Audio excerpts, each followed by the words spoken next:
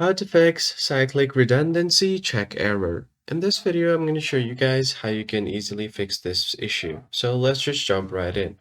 So if you have been getting an error message for cyclic redundancy, then there might be a few reasons why it is happening. It might be caused by some of the corrupted registry files, or even a cluttered hard disk. So in that case, what you can do is, first of all, you're going to have to check and scan for your C drive.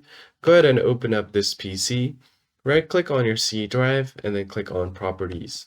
Once you land on the property page, you have different tabs on the top of this window. And from here, you're going to just head over to the Tools tab, and then you will have the error checking option. So simply go ahead and check for any errors in this existing drive, and then click on Scan Drive.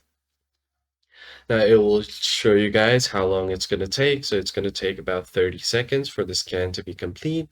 And just wait for the scan to be complete. And if there are any errors with the drive, it will show you guys. As you can see here, the drive has successfully been scanned and there are no errors found. But if there are any errors found, it will show you guys right here. You could also try to optimize the drive and then optimize it from here. Now, once all of that is done, the second method you can try to do is open up your command prompt. So search for CMD, and you're just going to go ahead and type in this command.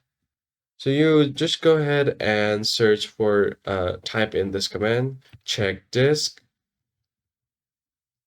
It's just gonna be something like chkdsk space /f space, type in which drive you want to scan. For instance, I'm going to check in my C drive and then do this. And once you hit enter, it will automatically check for any errors on the disk and it will show you guys what the error is. And that's pretty much it. I hope this tutorial was helpful to you guys, and I'll see you on the next one.